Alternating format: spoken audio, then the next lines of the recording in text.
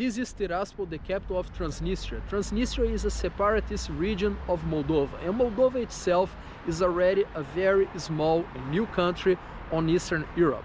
Right here they claim to be different, to have their own roots and their own history. They don't even speak Romanian, they speak Russian around here. And look at this, they have lots of Soviet statues all over the city. And since they're trying to become their own independent country, I had to come here and check. And after being here for nearly 1 month, I'm ready to share my first impressions about Tiraspol, Transnistria, or as they say here, Priednestrovie. About 7 months ago I came here to Moldova for the first time, but not right here in Tiraspol. I was in CHISINAU, and by the way, I made a video about my first impressions on CHISINAU. If you haven't watched, by the end of this video I'm gonna put on the screen so you can click and watch it. And when I was there, a lot of people told me, don't go to Tiraspol, there's nothing to see there. It's a very grayish city. It's full of Soviet blocks all over. And well, yes, there are Soviet blocks. This is one of them. And yes, they are a little bit old, they are grayish, I understand.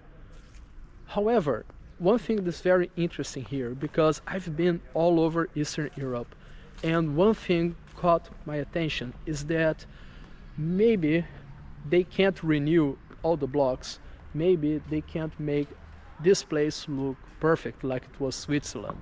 But whatever is in their reach, they are doing, because look at this. Look at how nice those gardens are. And you have gardens, flowers, and places like that all over the city. So the impression that I have is that yes, there are Soviet blocks, but people do their best. They take care of their gardens, and the little babushka houses, you know, very small houses with some little gardens that you see on the neighborhoods, they also take good care of their gardens. They make the neighborhood calm, they make the neighborhood quiet and safe. So yes, there are Soviet blocks all around the city, however, it's not just that. And as you can see here, it's not all about blocks.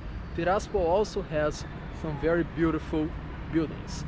Here is the university, right there is the drama theater, and I'm not only talking about this one block, because every city has a nice block, but no, I'm talking about the entire city center. Because if you walk that way, you have modern buildings, great restaurants, and flowers all over. If you walk that other way, you have Boulevard Gagarin, which is also a very nice place to walk by, with some beautiful houses around.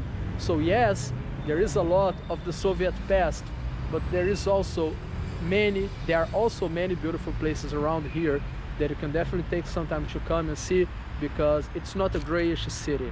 It also has some beautiful places for you to see. To talk about people here, we also have to talk about language, because yes, there is a big language barrier. People here are not fluent in English at all.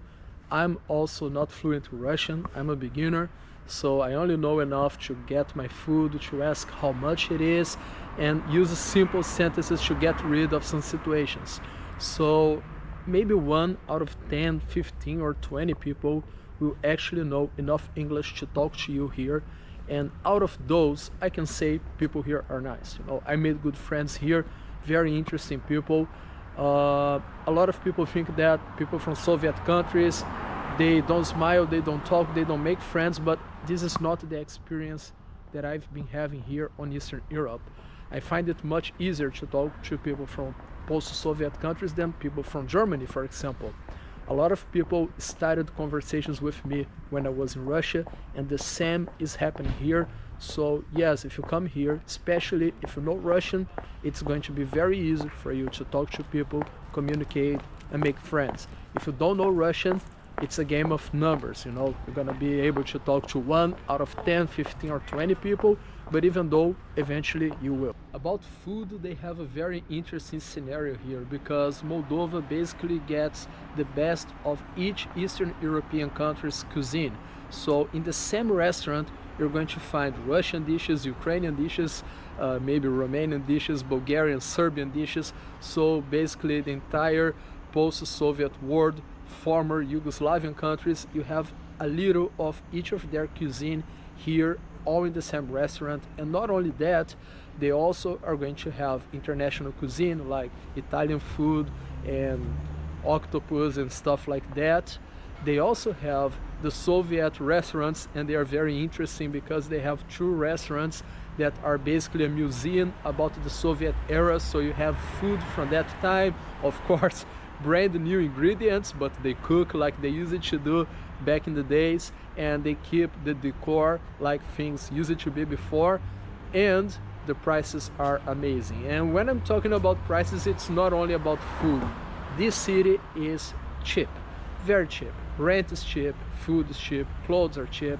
So this is a place that you can travel to and save a lot of money. Now about nightlife and women, don't even try, because apparently there is only 1 nightclub in the entire city, and I've been told that it's quite small and not good at all, and there is also the language barrier. And also, this place has a small city vibe, and people who are traveling around, they know that in the small cities, people are always worried about what people are going to think about them, what their family, their neighbors and their friends, if they're going to talk about what happened, if they're going to judge or not.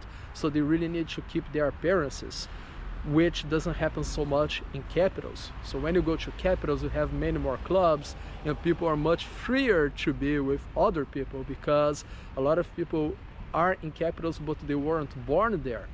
So they went there for college, for work, they are away from their family, away from their friends, away from their neighbors, and they can do anything they want. And you don't really see so much of that here. Even my local friends, you don't see them getting like lots and lots of girls around. They usually get 1 girlfriend and that's it. And once they break up, they go for the next one, but it's 1 at a time. So for a tourist, well, I don't have good news if you try to live here in Tiraspol or stay here short term, because it might not be the best scenario for you. And if you enjoyed this video, make sure to click on this other video here right on the tip of my finger to watch my first impressions review on Chisinau, the capital of Moldova.